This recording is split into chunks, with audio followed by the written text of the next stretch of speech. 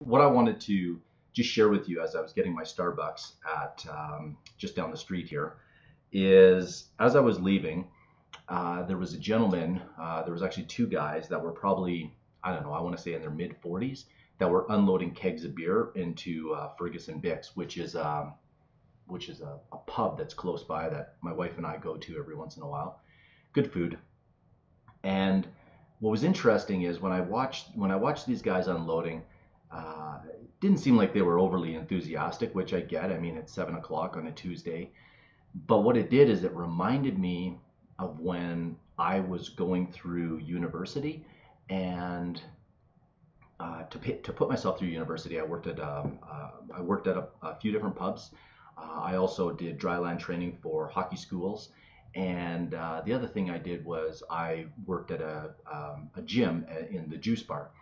And the reason I worked those three jobs was because I really wanted to save money to be able to invest and just kind of create financial freedom. I mean, at a very young age, that was always a driver for me.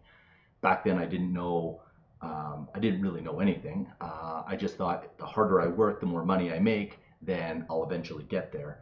And so that was kind of my thinking back then. It was very primitive, and it was just brute force, save money, work hard.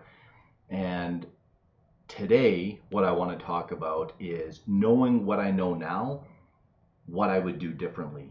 And so I've kind of drawn a graph here. If you're just listening to this, it's okay because you can either watch the video or I'm going to describe it in detail. Um, but I really had no plans of talking about that story of going to Starbucks, seeing these two guys working hard. But it did remind me just of kind of where I've come from and how much I've learned since then. And it really does tie into today's show because on the weekend I had a good friend over. He's a professional here in Calgary. He makes very good money, but I could tell something was like bothering him. And I asked him, I said, like, what's up? Like, is there something that you don't like about the Facebook Lives or the podcast? And he just said, no, no, no, they're good. I really enjoy them, Shane. He just said, um, but like you're showing examples of properties that are like in the millions of dollars, and to me, it doesn't seem like that doesn't seem attainable. Like, how do I even get involved? How do I get started investing in commercial real estate if I've only got 50,000, 100,000, or maybe I'm starting with even less than that? And I said, okay, that you know what, that's a really good question, and I'll address it on today's show because I suspect if he's having that question, then there's other people. And in fact, it was another phone call that I had early this week was a gentleman who had real estate experience. He's invested and done a lot of flips and even built some homes, but he was questioning how does he break into commercial real estate. So I thought, okay, you know what? If I'm getting that question from two different people, one guy's a professional, another guy that's invested in residential real estate, I should really address that and explain how to get started, if you will. And I'm going to take you through depending on where you are. So you're going to see on the graph here, and I'm going to get into this in a little bit, but I think I need to do a little bit more as it relates to just kind of framing the conversation today. So I just got my notes over here. And so the things that I want to talk about are a few of the questions that came up on both of those conversations. And the first question was, how much do I need to get started investing in commercial real estate? How much can I earn investing in commercial real estate? How long is my money going to be invested for? And where should I start investing? In what asset classes, what locations, what should I really be looking for? And I think that to kind of set proper expectations, I'm going to share advice in terms of how I would get started.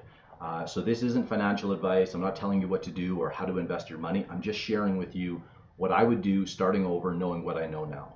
So here is a process or kind of a framework to think about. And this is from a mentor of mine that his name is Alex, and he just shared this with me in terms of really getting kind of clear on starting from the beginning. So this isn't a consulting call, but if I was consulting and when I had the conversations with these two friends of mine and clients, I basically wanted to understand their beliefs first. And what I mean by beliefs is like, what were their core values?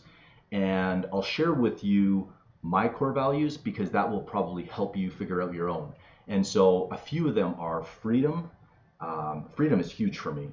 Freedom to do what I want, freedom to spend time and work with the people that I want. And so that to me is probably one of the most important core values that I have. Responsibility, control, accountability. So those are beliefs and core values, and that shapes a lot of the decisions that I make. Then the next part is, once you have your core values, it's like, what do you want? And so it could be you want to make more money, you want to invest your money safely, you want to purchase a house so that you can, or maybe you want to purchase a house for your kids when they graduate, but you really want to get clear on what your target is. And then the next step is, why do you want that target? And I think that that's where, in my experience, a few things. Quite often when I'm talking with people that have maybe never set goals before or have kind of loose goals, when they get to the why, it's just not very clear. And I get it. I was guilty of that myself, and it's, I think, a product of just not taking the time to think about it. So and usually you don't want to be doing this when you're at your office or when there's lots of people around. It's better if you can get away and just go for an hour, 30 minutes, and really think about why you want it. And I'll tell you the importance of that, because once I had a clear why, and I can only speak on my own experience, once I got really clear on my why, the how, the strategy, I just was able to really garner a lot of resources, and it helped me to get where I wanted without getting bogged down and overwhelmed with, I mean, knowing what I know now, I can't imagine that I would have ever started down this path, but I would never take it back. And so you really, I think it's just important to understand what it is that you want, why you want it, and then the how really does come. So, all right, I just want to make sure that I'm on track. Okay, so I'm going to make a few assumptions here because I don't know where you're starting, but I think I know where you're looking to get to, or at least generally speaking, this is through hundreds of calls and consulting. Most of the people that I talk with and work with, they want some element of financial freedom or financial independence. I'm going to define that a little bit later, and they are a bit different, so I will talk about that. But step one is, let's call it point A, where you are today, and then point B, where you want to get to. So if we define point B as financial freedom or financial independence, point A is, where are you right now? And the reason that's so important is, if you can kind of visualize this, if you wanted to go to New York and you thought you were in Vancouver, but you were actually in Calgary, if you got in a plane and they started to fly thinking that you were in Vancouver, I think that's what I said, you wouldn't end up in New York, because you would end up, because you were flying from Calgary, you would overshoot it by an hour or 2 hours, you'd end up in the ocean. And so the reason that's important is because I think what I really want to get clear on is, where are you today? And we're going to talk about that, and we're going to talk about the two variables that I think are the most important. And the one variable, which is on the y-axis, is money, and I define money by liquid money that you can invest. And then on the x-axis is going to be your time. And when I describe time, what I'm really saying on time is, how much time do you have to invest in real estate, or in this case, commercial real estate? So We are going to get into that right now. So on the x-axis, we're going to look at time. And so what I've really got here is like you've got low time, you've got moderate time, and you've got high time. So low time is you've got less than 3 hours a month. If you've got moderate time, I figure that you've got anywhere from 5 to 15 hours a month. And let's say you have high time, meaning you have 20 hours a month. So if you break that down into a week, low time, it's less than an hour. Moderate time, you're kind of spending anywhere from 1 to 3 hours. And if you've got lots of time, then you've got kind of 4 hours plus a week to be able to dedicate to investing. Okay. The next is the x-axis, which is the money that you have. And I break these into 3 primary groups. Now, I don't want to, these are arbitrary numbers. However, I've kind of grouped them into where I think, what I've experienced with people in terms of where they are. And so I've got 50, so less than 50,000, I've described that more as like you're in the learning phase. If you've got 50,000 to 500,000, I've described that as a builder, okay? 500,000 to 5 million, you're in the growth phase. And if you're at 5 million, I call that legacy, meaning you're really looking to pass your money and your wealth on to your family at that point. Okay, so I'm just going to adjust this a little bit. Okay, so if you're at the 50,000 to 500,000 in the builder, you're really actively learning how to invest. If you're in the growth phase, you could be an active investor or you could be a passive investor. And if you're in the legacy, it's likely that you have the experience because you've grown that net worth to 5 million. You could be a passive or you could be an active investor. All right, so I'm going to start off with the builder phase, which is at the 50,000 plus. So if you're starting down here, you have high time, I'm assuming, and you've got kind of low money, right? So on the XY axis, you're as far out on the right-hand side, and you're as low down on the x-axis.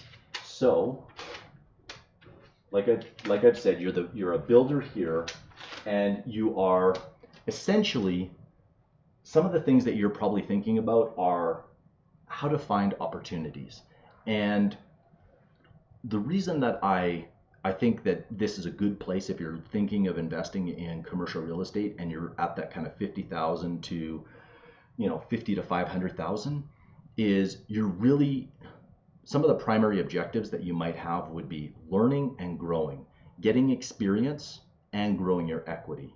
Now, this isn't to say that you're going to take a lot of risk because risk really comes from not knowing what you're doing.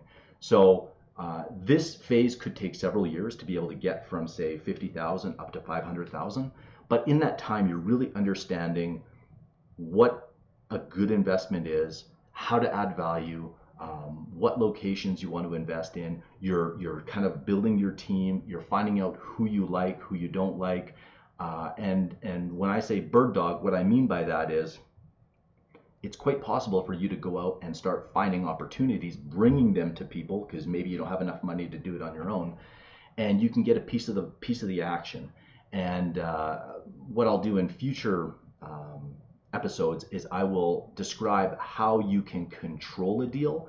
And control and buy are 2 different things. When you control a deal, essentially you're immersed in it and you have some element of control. You've got it tied up, let's say, with a letter of intent or a purchase and sale agreement. And with that, you're able to then determine what partners you want to bring into the deal. So I don't want to get into the specifics of that because that's a lot more complicated, and you can get that in my book, actually, at shanemelanson.com/book. I go into that in a lot more detail. However, I just want you to get the big picture that if you're in the builder phase, you're really learning and you're getting experience so that you can get into the next phase, which is the growth phase. And so on the XY axis, this is really in the middle where you are, in my opinion, looking for value add opportunities. And this, to be very candid, I'm still in the growth phase, okay? I don't have a net worth of $5 million, which means that that's what I'm aspiring to, right? So you can see these blue arrows going from builder to growth. So I'm in this growth phase. I'm looking at value add opportunities because my objective is to force appreciation. I want to be looking at kind of C and B deals. I want to see returns in the kind of 8 to 20%. And really what the question comes down to is how much time do you have and how much money do you have, right? So we've assumed that you're in this 500,000 to 5 million, but that's a pretty big gap. And really you could have lots of time where in my case, I do have lots of time, which is why I do these Facebook Lives and podcasts. But you could be very busy making excellent money, like a lot of the clients that I have, which are, very kind of highly skilled service professionals, where they don't have a lot of time. And so they come to me and say, Shane, I've got money, but I don't have time. Can you invest on my behalf? And so knowing that they're still in this growth phase and that they want to get to the legacy phase, which I've already described, so I can peel that off. That's why I look for value add opportunities, because I know that that's going to be enticing to them. Okay, so I should probably, I mentioned this earlier, and I was going to define financial independence and financial freedom. The way I define financial independence is that you can live off the interest from your assets, so the money that you've invested, and you don't touch the principal. So this is really once you get into the legacy phase, in my opinion, which is probably in that 3 million to 5 million. The reason I say that is if you've got, I'll just use 5 million because it's a very kind of easy number. Not easy to make, but easy to kind of conceptualize. So if you have $5 million that's earning 6% a year, you're going to have $300,000 in passive income coming in. In my mind, for me, that would be my financial independence goal. Okay. Now, financial freedom is where you've got abundance, prosperity. You've got more money coming in every month than is going out. And so for each person, that's going to be different. And one of the important aspects of financial freedom is that you have essentially balanced your aspirations. And so your aspirations are your long-term big objectives with your desires or your short-term goals. So, but in either case, financial freedom or financial independence, you're no longer in you no longer need to trade time for money. So that is our point B, okay? I'm assuming that that is where many of you would like to get to. Now, on the legacy phase, you're likely in the upper left side of the graph where you've got sufficient net worth, $5 million, and you may have low time, or you could have high time because you no longer need to work. But what I've found is most people here are extremely busy, but they're just busy doing things that they really enjoy. It could be golfing, it could be charity, it could be giving back to the community. It's really their choice versus being forced to do it. Okay, and so in the legacy phase, you're really looking at, in many cases, you're looking at acquiring like core assets, A properties, very low risk, generally lower returns. You're probably okay with kind of that 6% return, but you're more concerned with protecting the principal and being able to pass that down to your kids or your grandkids. So that's I would say more or less what I see with the three phases, going from a builder, which is you're really learning, getting experience, finding value add deals, but you might be more passive in the sense that you are finding someone that will help you to get to where you want to get to. Here in the growth phase, you might be an active investor, you might be passive, but you're really looking at value add properties. And then in the legacy, you're looking at A properties. Okay, so moving on. I'm going to tell you some of the common mistakes that I see in each of the phases, and I'm only going to talk about kind of one mistake in each one because this show could certainly go on for hours. The first is in the builder phase, I see too many people jumping in too soon without fully understanding the asset class. And what happens there is they generally learn a very expensive lesson, and they may lose belief in the fact that investing in commercial real estate can actually help and work for them. This happened to me. I lost a tremendous amount of money, and the difference is I didn't give up on it. And what I think hopefully these episodes do is they share with you some of the experiences that I've had, and you don't make those same mistakes. So that is that's critical, not to give up. The antidote, or the solution, I think, is to find a mentor who's doing this, someone who will show you the ropes. And I think it's important to understand, like, mentors don't have to actually say, yes, raise my hand, I'll be your mentor. In some cases, that may be the situation. In other cases, it may just be someone that you are able to kind of be a sponge and learn from.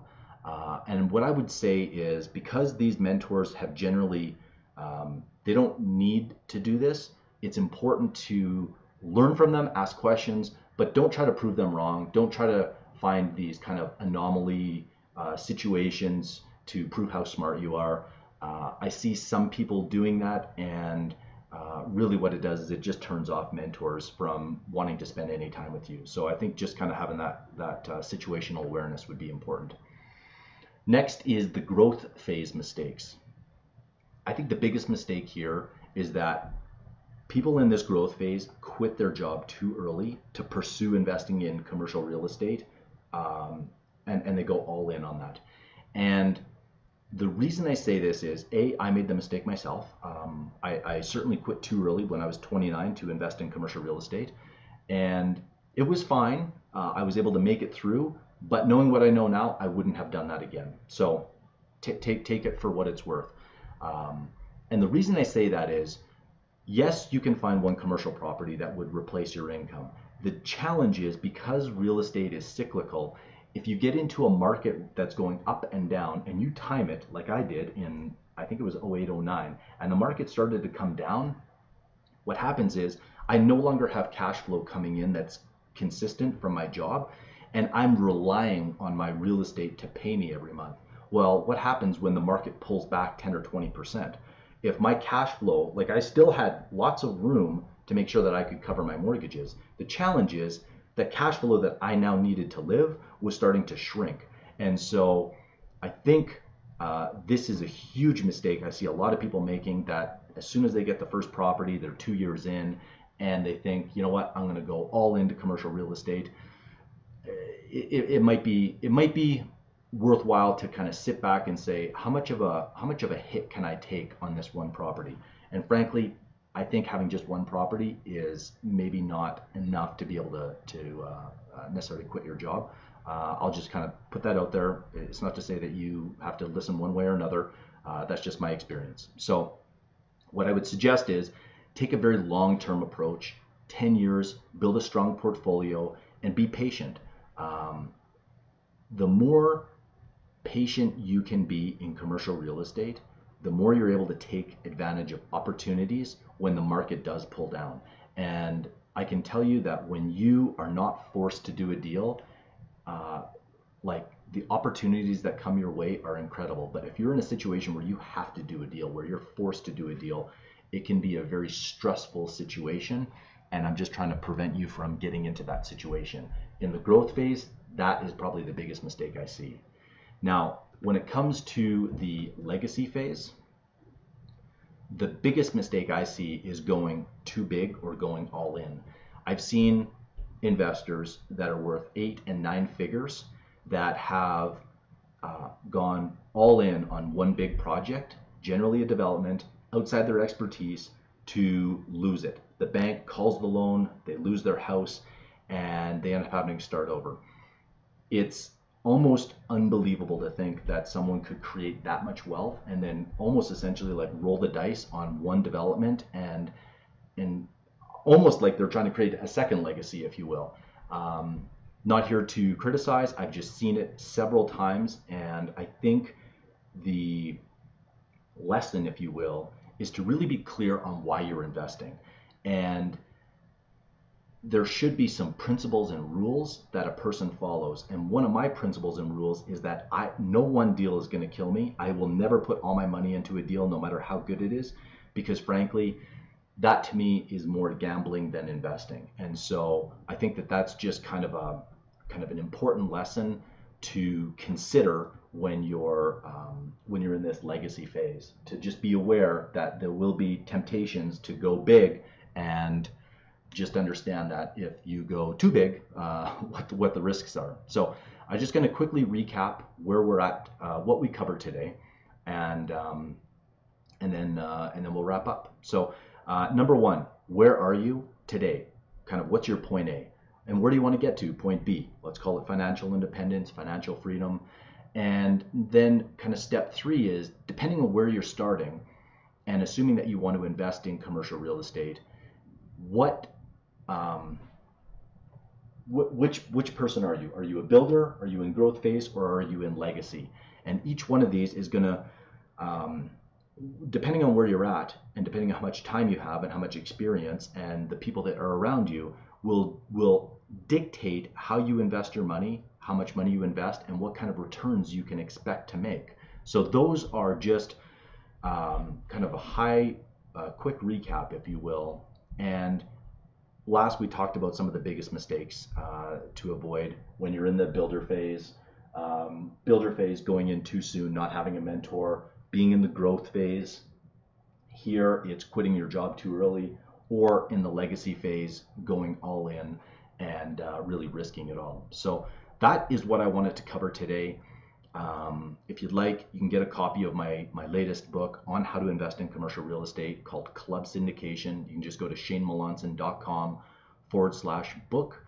And in it, I just share with you the 5-step framework for investing in commercial real estate. So whether you have money, if you have money, you don't need as many partners. Or generally, the funny thing is, when you are at this legacy phase, partners come to you. When you're down here in the builder phase, you're trying to grow your reputation, and likely what you're going to need, especially in commercial real estate, is more partners. And so understanding how to find the deals and then how to raise the money is really what's going to separate you and allow you to kind of jump into the next step, which is into the growth phase. So I hope that explains it. And by all means, leave me a comment or questions if anything wasn't clear here. And we'll see you next week. I've got a really cool show planned for you next week, where I'm going to talk about, actually, I'm going to demonstrate and show you how to go from builder growth to legacy in about 10 years. And depending on where you're at financially, you can adjust the numbers accordingly. But hopefully today I showed you that you don't need $1 million to invest in commercial real estate. You can really start with kind of 50 to 100,000. You just need to understand where you fit into the stack. And if you're in the learning phase, then really learn as much as you can. Find those opportunities, find those deals. If you're in the builder phase, then you're really looking at value add opportunities and growing your team and attracting more people to you.